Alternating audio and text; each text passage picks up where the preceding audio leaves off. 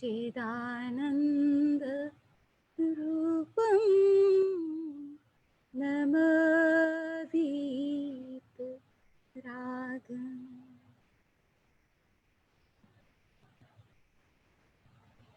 ज्योतिपुंज गुरुदेव की चरणों में वंदना। ज्योति की साधना के रसिक सभी भाइयों और बहनों, लर्न प्रेक्षा मेडिटेशन के इस सेशन में आप सबका स्वागत है। आज का हमारा विषय है दीर्घ श्वास प्रेक्षा।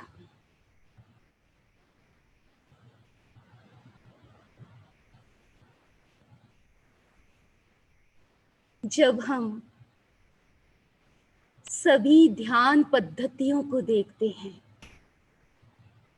तो श्वास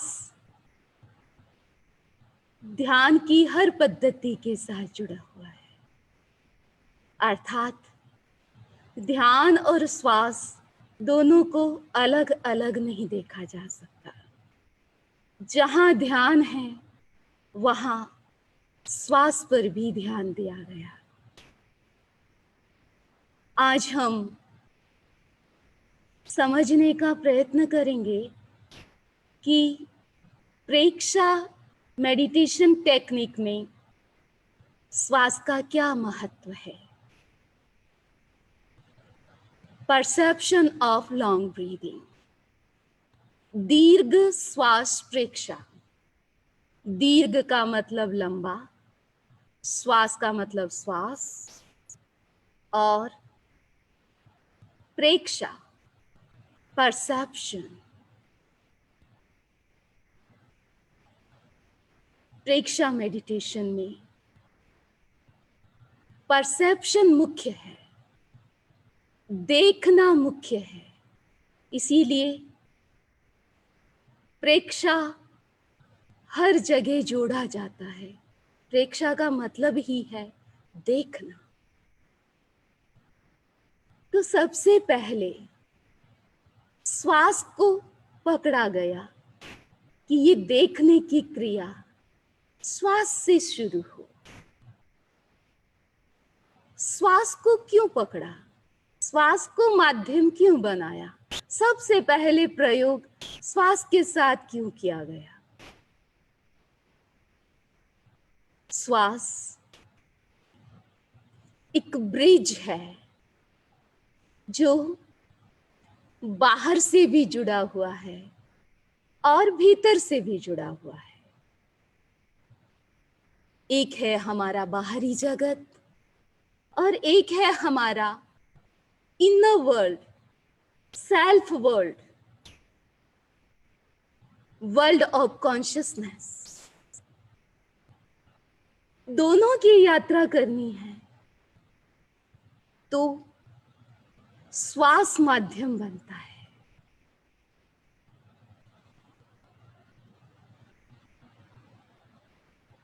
प्रेक्षा, श्वास की प्रेक्षा क्यों, श्वास को क्यों देखा जाता है। हम परसेप्शन अर्थात प्रेक्षा क्यों करते हैं, क्यों देखते हैं। देखना कोई नई बात तो है नहीं, कोई नई लर्निंग नहीं है। बच्चा जन्मता है, उस समय सबसे पहले आंखें खोलता है, देखता है। तो जन्म से लेकर मरण तक व्यक्ति देखता रहता है, तो देखना वो जानता है। फिर हम श्वास को क्यों देखें। बंधुओं और बहनों, यहां समझने की बात है, हम दो आंखों से देखते हैं, यह भी एक क्रिया है देखने की, और एक देखने की वह क्रिया है जिसमें ये बाहर की दो आंखों का उपयोग नहीं किया जाता है।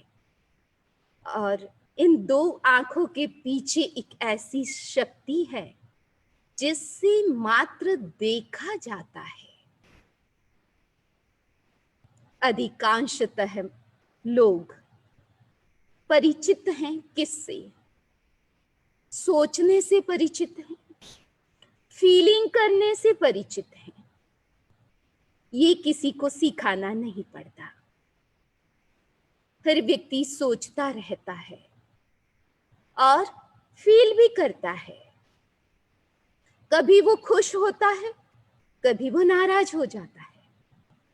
तो नाराजगी और खुशी, खुशी और गम चलते रहते हैं और उससे आप सबको उसकी हैबिट भी है।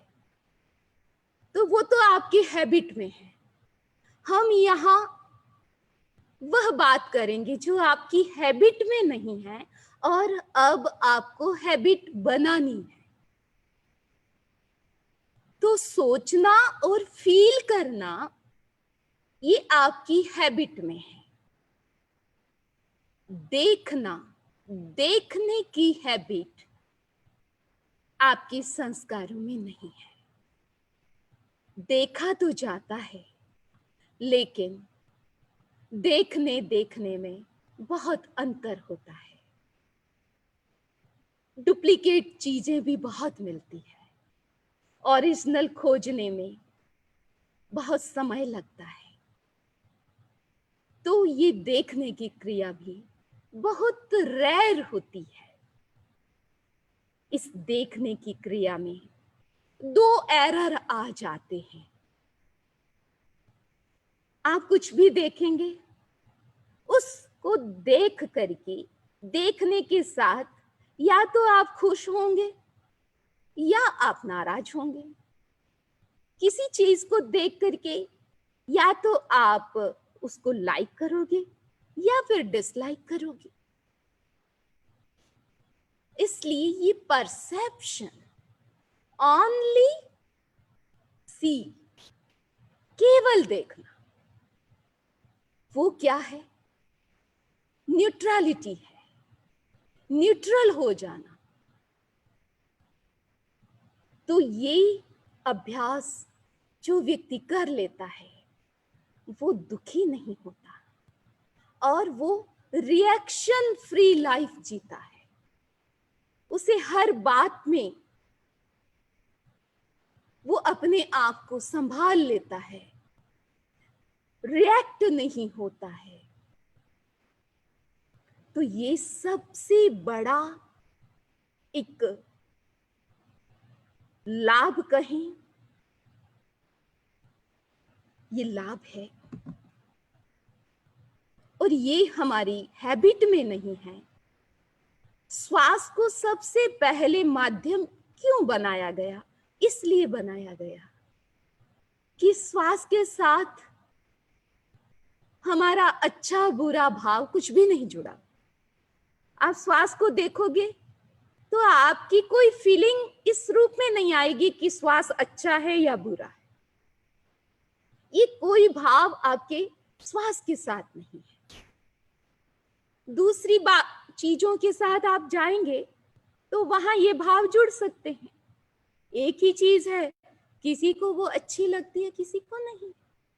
किसी को गर्मी अच्छी भी लगती है, किसी को नहीं लगती। तो बंधुओं, जो भाई बहन ये महसूस करते हैं कि अमुक चीज जो मेरे डेप्थ में चली गई है और वो मेरे दिमाग से निकलती नहीं है और मैं बार बार रिएक्ट होता हूं, ऐसी कोई भी बात हो और उससे आप मुक्ति चाहते हैं तो आप परसेप्शन, पावर ऑफ परसेप्शन, इसको डेवलप करें, इंप्रूव करें। जैसे जैसे आप प्रेक्षा का अभ्यास करेंगे वैसे वैसे आपकी शक्ति बढ़ने लगेगी देखने की, और रिएक्शन फ्री मोमेंट्स में रहने की आपकी शक्ति बढ़ जाएगी और धीरे धीरे उस रिएक्शन से आप बाहर आ सकते हैं। तो जीवन में कई प्रकार की स्थितियां आती है और वो गहरे तक चली जाती है। उससे छुटकारा पाने के लिए ये बहुत अच्छा माध्यम है। और श्वास प्रेक्षा, श्वास को देखते हैं तो हम परसेप्शन की जो शक्ति है उससे जल्दी हम एडॉप्ट कर लेते हैं।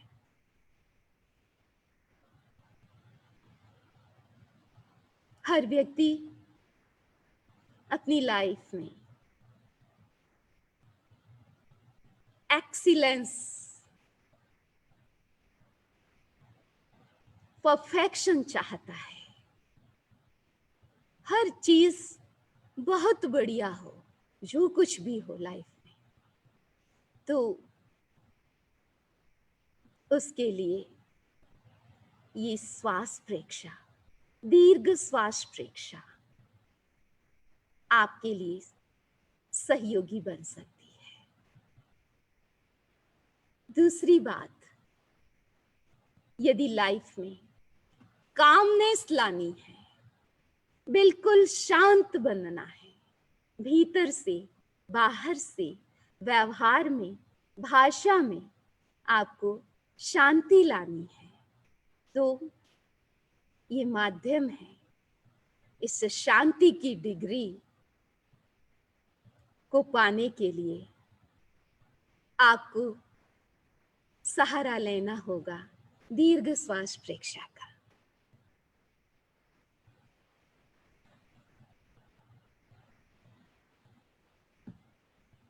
प्रेक्षा ध्यान क्या है?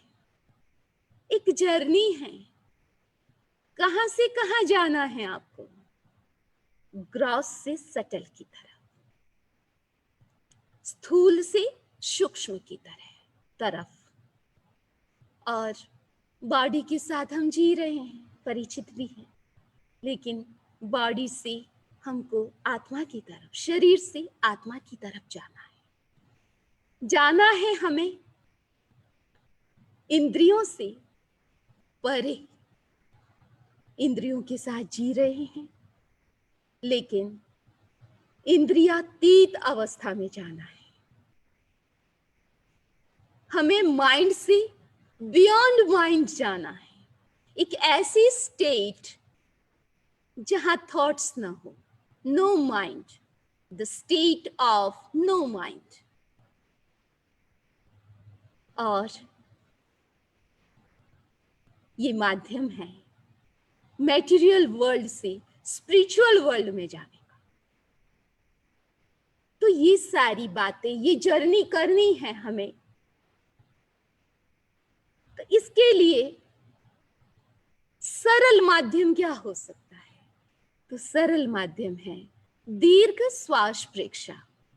ये श्वास की क्रिया, ये ब्रीदिंग आपकी जर्नी के लिए एक पाथवे है, रोड है, जिसके सहारे आप भीतर जा सकते हैं, बियॉन्ड माइंड, बियॉन्ड सेंस जा सकते हैं। ये श्वास आपका जीवन और श्वास दो नहीं है। श्वास के बिना जीवन की कोई कल्पना नहीं होती है। दूसरी बात, ये श्वास वास्तव में आपके लिए भोजन भी है, पानी भी है, क्योंकि अपने आप में एक बहुत बड़ी डाइट है। जो लोग नेचर में रहते हैं और लंबे समय तक मेडिटेशन का अभ्यास करते हैं, उनको न पानी की जरूरत रहती है, न खाने की जरूरत रहती है। लंबे महीनों तक वो ध्यान की अवस्था में रहते हैं, तो उन्हें एनर्जी कहां से मिलती है? ये ब्रीदिंग प्रोसेस से मिलती है। ब्रीदिंग हमारे लिए बहुत बड़ा सोर्स है वाइटल एनर्जी को इंप्रूव करने का।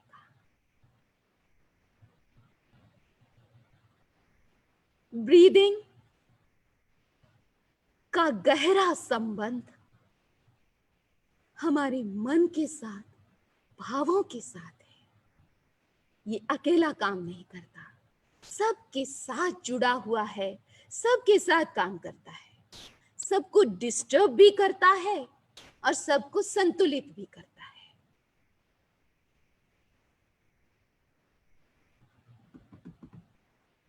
अब हम समझेंगे कि ये श्वास की प्रक्रिया, ये क्या स्वाभाविक है या इसमें कुछ चेंजेस कर सकते हैं, कुछ बदलाव ला सकते हैं। तो यहां हम देखें, फिजियोलॉजी के अकॉर्डिंग हम सोचें तो वो वहां दो शब्द आते हैं, वॉलंटरी और इनवॉलंटरी, और इसकी चर्चा हमने पिछले सेशन में भी की थी। Sympathetic nervous system, parasympathetic nervous system, एक ऐच्छिक और एक अनैच्छिक। तो कुछ क्रियाएं हमारे शरीर में ऐच्छिक है, जिसको हम बदल भी सकते हैं, और कुछ क्रियाएं ऐसी हो रही है जैसे हार्ट का धड़कना और भी ब्लड सर्कुलेशन, इनर जो भी हमारे ऑर्गन्स हैं वो अपना अपना काम कर रहे हैं, किडनी है, गुर्दा, ये लीवर है, सब अपना काम कर रहे हैं, उस पर हमारा बाहर से कोई कंट्रोल नहीं है। तो वो सारे किस में जाएंगे? अनैच्छिक में जाएंगे। ये श्वास की प्रक्रिया क्या है? और यही बात अगर हम जैन आगम में खोजें तो वहां दो इस एक्टिविटी के 3 प्रकार आए हैं, एक स्वाभाविक प्रक्रिया, एक प्रयत्नजन्य प्रक्रिया और एक दोनों का मिश्रण। तो उपयोग पूर्विका, अनुपयोग पूर्विका, और तीसरा है मिश्र। श्वास की प्रक्रिया क्या है?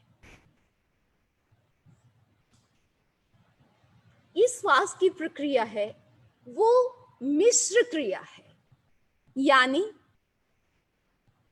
रेस्पिरेशन, ये श्वसन क्रिया ऑटोनॉमिक और वॉलेंटरी दोनों हैं, ऐच्छिक और अनैच्छिक। इसीलिए अभ्यास कराया जाता है दीर्घ श्वास प्रेक्षा का। स्टार्टिंग में व्यक्ति का श्वास छोटा होता है, 1 मिनट में वो 15-16 से भी ज्यादा, यानी 20 से भी ज्यादा श्वास लेता है, लेना छोड़ना एक श्वास, तो उसकी इतनी रेट होती है।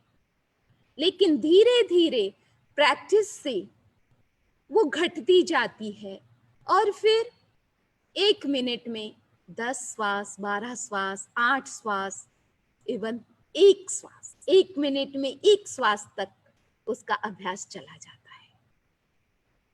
तो हम इच्छा से, ऐसे तो सहज क्रिया चलती है श्वास की, आप ध्यान दें न दें, उसको छोटा करें बड़ा करें न करें, कुछ फर्क नहीं पड़ता, सहज तो चल ही रहा है। लेकिन अगर उसमें कुछ बदलाव भी लाना है तो लाया जा सकता है। इसीलिए यहाँ श्वास को पकड़ा गया कि हम श्वास के माध्यम से कैसे अपना विकास कर सकते हैं और ट्रांसफॉर्मेशन में इसका कितना योगदान है। श्वसन क्रिया की प्रक्रिया आप देख रहे हैं कि किस प्रकार से हम बाहर से वायु को ग्रहण करते हैं, एयर को ग्रहण करके नाक के द्वारा, हमारे नथुनों के द्वारा, उसका माध्यम मुंह नहीं है। कभी कभी लोग मुंह से श्वास लेते हैं, तो मुंह से श्वास लेना ये एक तरह से टेम्परेरी हो सकता है, लेकिन ये कोई नियमित रूप से इस रूप में करें तो ये सही माध्यम नहीं है। तो हमारा जो सही तरीका है श्वास लेने का, और उसका सही मार्ग है वो नाक के माध्यम से ही है। मुंह हमारा बंद रहना चाहिए रात को भी, सोते समय भी, और नाक से श्वास लेते हैं। तो ये नाक से श्वास जाता है किस रूप में, कहाँ तक पहुंचता है? नाक से शुरू होता है, डायाफ्राम तक पहुंचता है। और आप चित्र में देख रहे हैं नाक से शुरू हुआ है, आगे आगे जितनी भी सारे अवयव है वहां तक जा करके डायाफ्राम, वो नीचे का भाग है रेड कलर में, वहां तक पहुंचता है।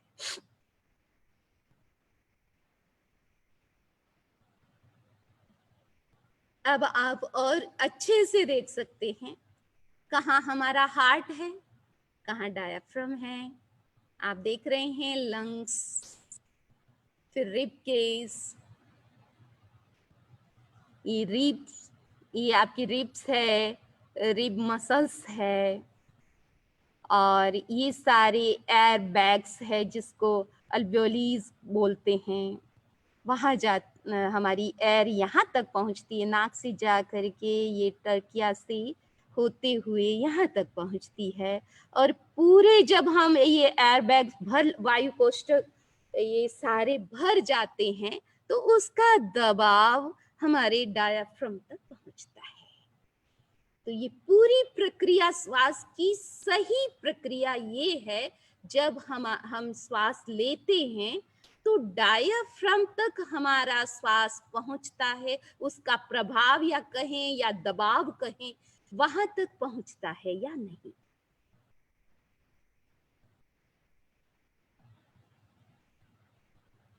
वहां पहुंचना क्यों जरूरी है?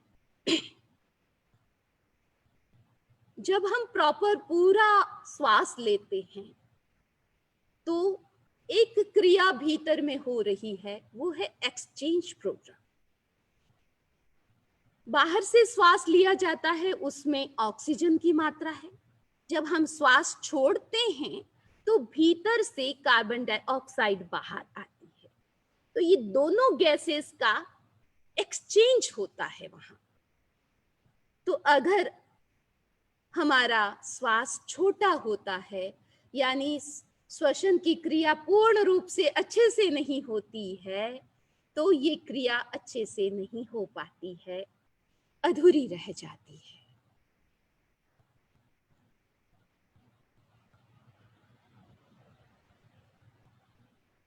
दूसरी बात है, आज भी हमने चर्चा की थी, कुछ लोगों ने सुना है, कुछ लोगों ने नहीं सुना है, तो सबके लिए मैं बताना चाहती हूँ कि ये जो एयर बैग्स है ये हमारे शरीर में कितने हैं। कहा गया 600 मिलियंस बैग है, यानी ये वायु कोष्ठक हमारे शरीर में, आप अंदाज करें कि कितने हैं। और अगर हम इनको स्प्रेड करें तो ये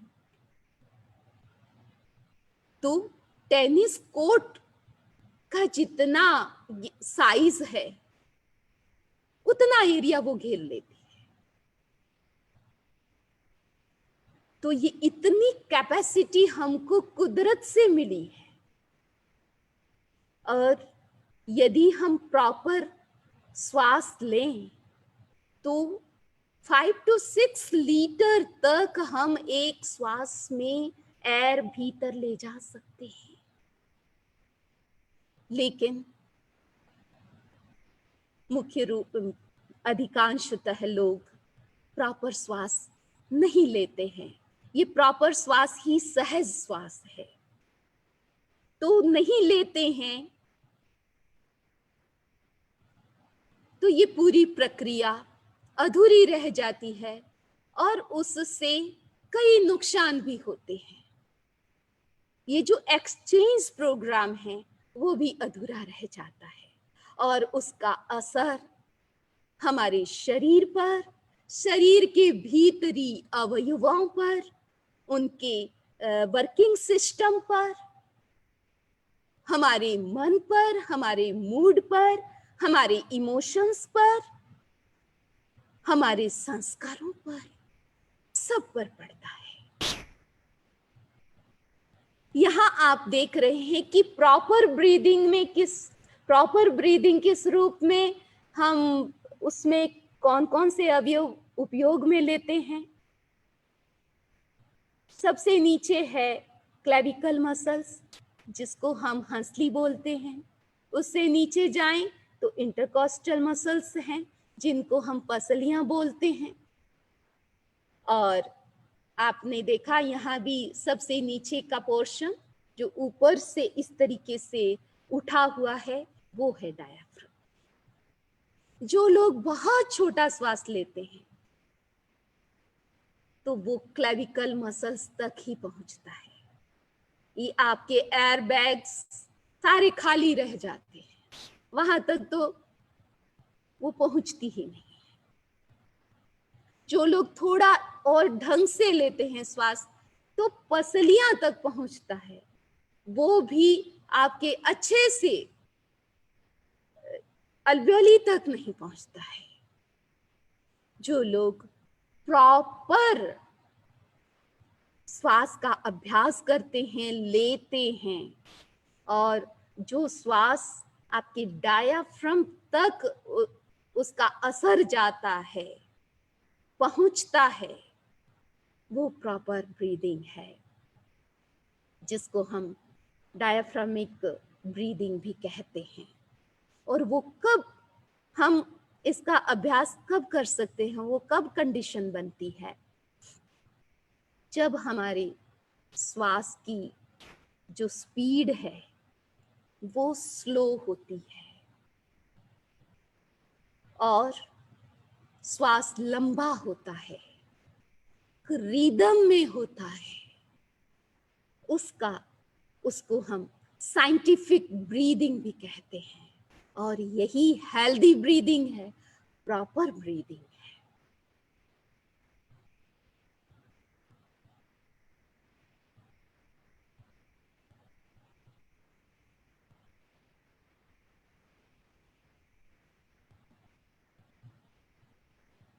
कि आप देखें कि जब आप प्रॉपर ब्रीदिंग करते हैं तो आपकी डायफ्राम की जो उसकी जो पोजीशन है, उसका जो शेप है, वो किस तरीके से बदलता है। आप देख रहे हैं जहां एरो है, पहले आपका एक्सहेलेशन हो गया। जब एक्सहेलेशन होता है तब वो नॉर्मल पोजीशन में होता है डायफ्राम। तो नॉर्मल जो उसकी ओरिजिनल पोजीशन है वो पहले चित्र में दिखाई गई है। वो ऊपर से उठा हुआ इस तरीके से होता है। जब आप श्वास लेते हैं तब आपका डायफ्राम का शेप बदल जाता है और वो उठा हुआ भाग नीचे जाता है और वो बिल्कुल सीधा हो जाता है। तो ये आप समझें। दूसरी बात है कि दीर्घ श्वास की पूरी प्रोसेस क्या है। हमने डायफ्राम को देखा कि उसकी पोजीशन क्या बनती है। दूसरी बात कि हमारी पेट की पोजीशन क्या होती है जब हम श्वास लेते हैं और छोड़ते हैं। आप यहां देख रहे हैं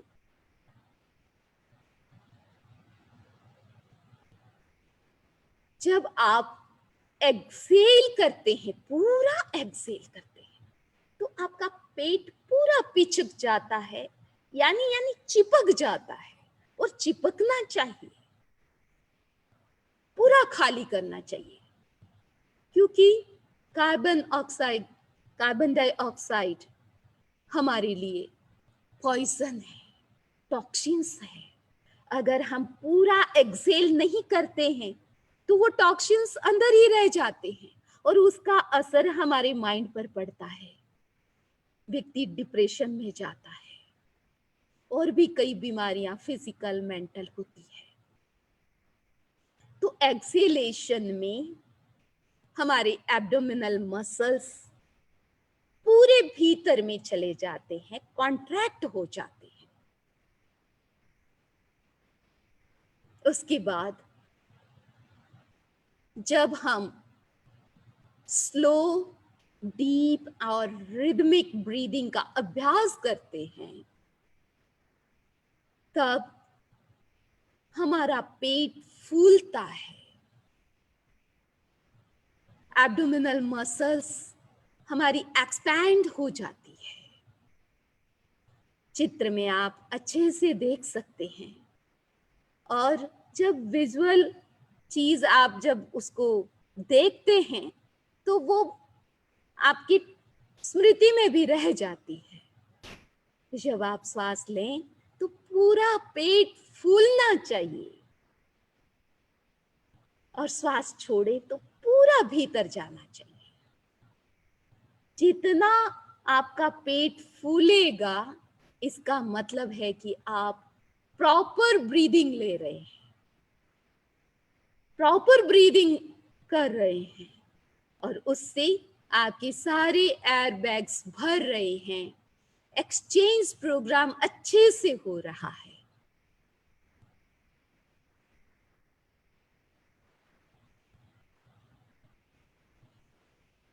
जब आप प्रॉपर ब्रीदिंग लेते हैं तो आप देखिए कि अगर एक पलकें भी हिलती है तो उनको भी एनर्जी चाहिए। शरीर की हर क्रिया एनर्जी चाहती है, मांगती है। हमारा ब्रेन, उसको सबसे ज्यादा एनर्जी चाहिए, और लगभग 20 से 21% तो ऑक्सीजन केवल हमारे ब्रेन को चाहिए। और आजकल सारे काम मेंटल ज्यादा होते हैं, फिजिकल कम होते हैं। ऑफिस में जो भी काम कर रहा है वो सुबह से शाम तक 8 घंटे, 10 घंटे, 12 घंटे वो मेंटल एक्सरसाइज कर रहा है। तो आप देखिए कि हर व्यक्ति को ऑक्सीजन की कितनी जरूरत है। अगर आप प्रॉपर ब्रीद नहीं कर रहे हैं तो उसका असर सबसे ज्यादा आपके ब्रेन पर जाता है। जब आप प्रॉपर ब्रीदिंग करते हैं तो निरंतर हमारे मस्तिष्क में विद्युत तरंगे उठती है, वेव्स उठती है, और उनका कनेक्शन भी बनता है। एक वेव का दूसरी वेव के साथ कनेक्शन बनता है, उससे हम खुश भी होते हैं, ना खुश भी होते हैं। तो कुछ कुछ जो कनेक्शन है वो बड़े पॉजिटिव होते हैं। जैसे अल्फा वेव्स क्रिएट होती है, तो वो कब होती है? जब हम प्रॉपर ब्रीदिंग का अभ्यास करते हैं, मस्तिष्क को पूरी ऑक्सीजन मिलती है, और वह ऑक्सीजन अल्फा तरंगे क्रिएट करने में सहयोगी बनती है। तो हमारे बिलियंस एंड बिलियंस न्यूरॉन्स है ब्रेन के, उनको सबको एनर्जी मिलती है, वो एक्टिव होते हैं, वाइब्रेट होते हैं। तो आप देख सकते हैं कि प्रॉपर ब्रीदिंग के कितने प्रभाव हैं। यदि हमारा ब्रीदिंग प्रोसेस प्रॉपर नहीं होता तो उसके क्या रिजल्ट है, ऐसे आप सब जानते हैं। लेकिन फिर भी हम विचार करें तो उसका रिजल्ट जो आ रहा है, और 80 से 90% लोग ऐसे होंगे जो ब्रीदिंग कॉन्शियस नहीं है, अपने श्वास का पर ध्यान नहीं देते हैं। तो अगर ब्रीदिंग प्रोसेस सही नहीं है, शैलो ब्रीथ करते हैं, उससे क्या होगा? यदि आपका पुअर ब्रीदिंग है तो पुअर हेल्थ होगी, आपके थॉट्स भी पुअर होंगे, इमोशंस भी नेगेटिव होंगे, आपका व्यवहार और आपकी हैबिट, आपका नेचर उस पर भी प्रभाव पड़ेगा नेगेटिव। इसलिए बंधुओं, किसी भी दृष्टिकोण से सोचें तो ये दीर्घ श्वास प्रेक्षा का प्रयोग अपने आप में बहुत उपयोगी है, पग पग पर उपयोगी है, और केवल उपयोगी ही नहीं, ये आप सबके लिए अनिवार्य भी है। अब आप देखें कि हम कौन सी क्रिया करते हैं तब ब्रेथ रेट हमारी क्या रहती है और कितनी बढ़ जाती है। आपके सामने है।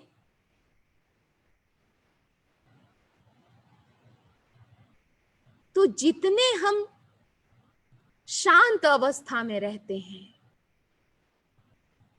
उतने ही ब्रेथ रेट हमारी घट जाती है, कम हो जाती है, और वो जितनी कम होती है वो उतने ही फायदेमंद होती है। जब हम डीप ब्रीदिंग का अभ्यास करते हैं, अभ्यास करते करते हमारी ब्रीदिंग की रेट 4 to 6 तक हो जाती है, और रेगुलर अगर आप उसका अभ्यास कर रहे हैं लंबे समय से तो 1 to 3 तक आप पहुंच जाते हैं। एट द प्रेजेंट आप अपने अपने ब्रीदिंग को चेक कर सकते हैं कि आपकी ब्रीदिंग प्रोसेस कैसी है, शैलो है या हेल्दी है, लॉन्ग है, नॉर्मल है।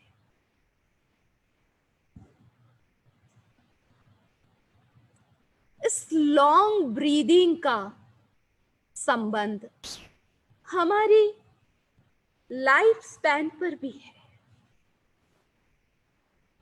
जितनी श्वासन क्रिया हमारी लंबी होती है, उम्र भी लंबी हो जाती है। श्वास छोटा तो उम्र भी छोटी हो जाती है। उदाहरण के तौर पर आप देख रहे हैं, रैबिट बहुत जल्दी जल्दी श्वास लेता है। एक तो उसमें भय संज्ञा होती है और बहुत फास्ट होता है। जो लोग बहुत फास्ट होते हैं उनकी भी श्वसन क्रिया बहुत फास्ट होती है। मंकी है तो चंचल होता है, तो जो लोग चंचल होते हैं उनकी भी ब्रीदिंग रेट बहुत ज्यादा होती है। डॉग की देख रहे हैं आप, उनकी भी बहुत ज्यादा है, 28 से 30। घोड़ा है, वो न ज्यादा चंचल है लेकिन फिर भी घोड़े की प्रकृति थोड़ी चंचल होती है, तो उसकी भी 20 से 22 मानी गई है। और मनुष्य की 15 से 17 ये नॉर्मल ब्रीदिंग रेट है। अगर ये ब्रीदिंग रेट रहती है तो काफी उनकी आयुष्य उनका लंबा रहता है। एलिफेंट आप देख रहे हैं 11 से 12 श्वास ही लेता है 1 मिनट में, तो उनकी आयु काफी लंबी रहती है। और टर्टाइल जो 4 से 5 बिल्कुल कम श्वास लेता है और काफी लंबे समय तक जीता है। आप देख रहे हैं कि कैसे हमारे आयुष्य पर भी ब्रीदिंग का प्रभाव पड़ता है, और जितना लंबा श्वास होता है हमारा स्ट्रेस भी उतना ही कम, बीमारियां उतनी ही कम, डिप्रेशन, फ्रस्ट्रेशन ये भी उतने ही कम। समय हो रहा है आप ब्रीदिंग के लाभ, ऐसे तो लगभग लाभ आपने जान ही लिए, फिर भी आप यहाँ देख सकते हैं कि अगर हम दीर्घ श्वास प्रेक्षा, ये हमारा जो नाम है उसको भी आप याद करते जाएं कि ये प्रेक्षा ध्यान में एक प्रयोग कराया जाता है, उसका ओरिजिनल नाम दीर्घ श्वास परीक्षा। तो उसके क्या क्या लाभ है आप देखें। एक तो हमारी लंग्स कैपेसिटी बढ़ जाती है। आप आधा लीटर ले रहे थे, उसको बढ़ाया जा सकता है, धीरे धीरे बढ़ाया जा सकता है। फिर आप 1 लीटर लेंगे, 2, 3, 5, 6 तक पहुंचेंगे। और जब आप प्रॉपर ब्रीदिंग करेंगे, लॉन्ग ब्रीदिंग का अभ्यास करेंगे, तो ऑक्सीजन हर अवयव को प्रॉपर मिलेगी और फंक्शन प्रॉपर होगा। तो फिर आप स्वस्थ रहेंगे। छोटी मोटी बीमारी भी होगी तो वो ठीक हो जाएगी।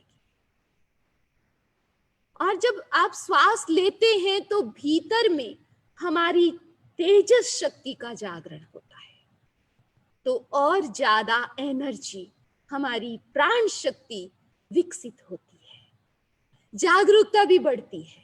नहीं तो व्यक्ति अलसाया हुआ रहता है, कुछ भी उसका मूड नहीं बनता है कोई काम करने का। लंबे श्वास से एकाग्रता, कंसंट्रेशन पावर भी बढ़ता है, वर्क एफिशिएंसी भी बढ़ती है। कम समय में आप अच्छे से अच्छा काम कर लेते हैं, आप खुश रहते हैं। और क्रोध, मान, माया, लोभ, जेलसी, ये सब नेगेटिव इमोशंस है, वो केवल सोचने से दूर नहीं होते हैं, कम नहीं होते हैं। ऑटोमेटिक जब आप लंबे श्वास का अभ्यास करेंगे तो ऑटोमेटिक आपका क्रोध शांत हो जाएगा, जेलेसी की भावना भी कम हो जाएगी, और भी नेगेटिव इमोशंस है, आपको भय ज्यादा लगता है, वो भी कम होगा। हो सकता है कि ईगो बहुत ज्यादा है किसी व्यक्ति में, वो भी धीरे धीरे कम हो जाता है। और हम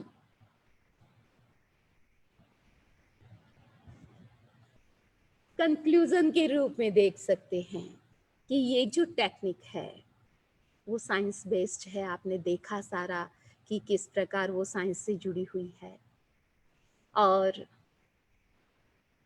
ये जो प्रक्रिया है वो अपने आप में ट्रांसफॉर्मेशन के लिए बहुत सहयोगी है। और अच्छा आप बदलाव लाना चाहते हैं, अच्छे के लिए लाना चाहते हैं, तो ये एक प्रक्रिया ही अपने आप में बहुत बड़ी शक्ति है। और ये जो दीर्घ श्वास का अभ्यास है वो बहुत कठिन नहीं है। आपने सारी विधि देखी है तो आप समझ गए हैं। अगर आप इसका अभ्यास करते हैं तो जल्दी उसका रिजल्ट भी तुरंत इंस्टेंट आपको रिजल्ट मिलता है। और थोड़ा ही अभ्यास करते हैं तो बड़े लाभ उसके होते हैं। तो बंधुओं, समय पूरा हो रहा है। आज आपने जाना कि हम दीर्घ श्वास प्रेक्षा क्यों करते हैं। लाइफ में रिएक्शन कम करने के लिए, सदा खुश रहने के लिए, स्वस्थ रहने के लिए, और अपनी अध्यात्म यात्रा को और आगे बढ़ाने के लिए, शरीर से आत्मा तक पहुंचने के लिए दीर्घ श्वास का अभ्यास हम जरूर करें। आज आपने समझा है, अब आप उसका प्रयोग करेंगे। थोड़ा सा समय आपका ले रहे हैं प्रयोग में।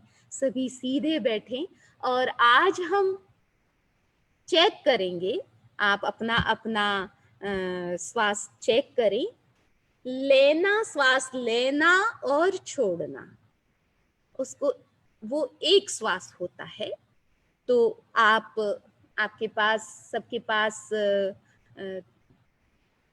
वॉच होगी या मोबाइल, उसमें आप टाइम देख सकते हैं। और टाइम मैं भी देख रही हूँ, आप न भी देखें, मैं देख रही हूँ। और आप जब मैं कहूँ तब आप शुरू करें। श्वास लेना और छोड़ना। तो 1 मिनट में आपको काउंट करना है कि आपके श्वास कितने हो रहे हैं, और उसमें आपको एफर्ट बिल्कुल नहीं करना है। जैसा आ रहा है आप उसको देखते जाएं।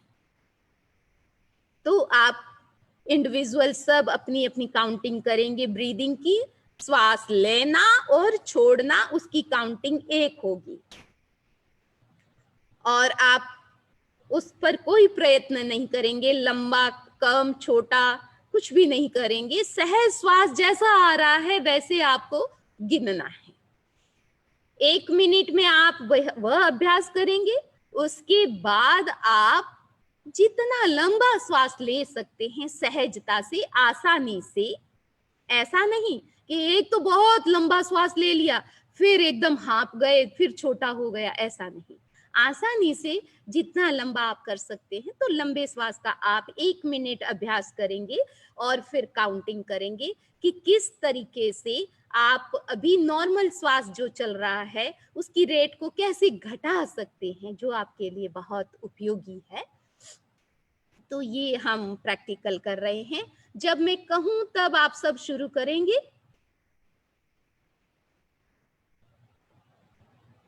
स्टार्ट।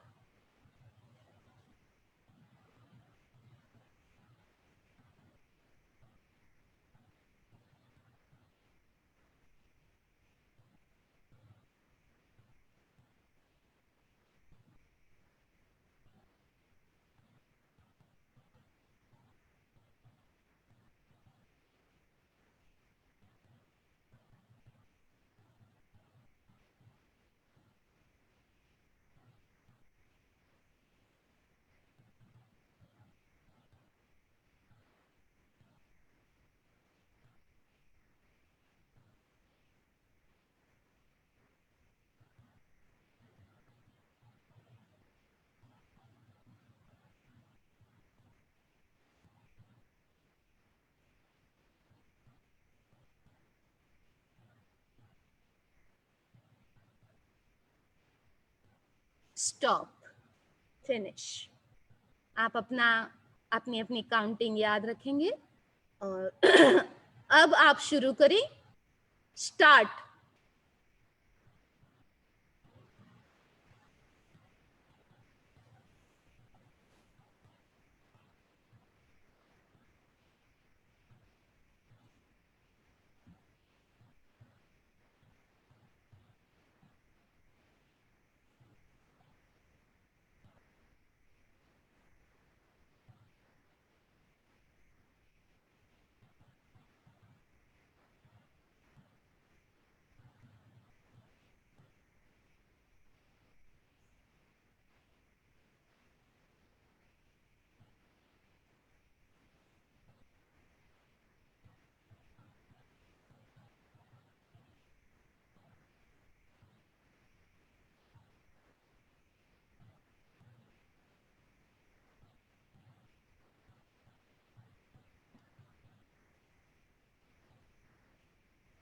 फिनिश।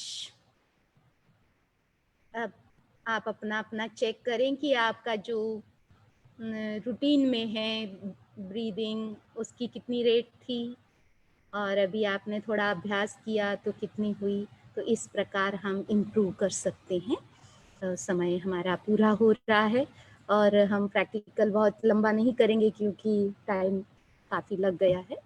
तो मैं आशा करती हूँ कि आज का विषय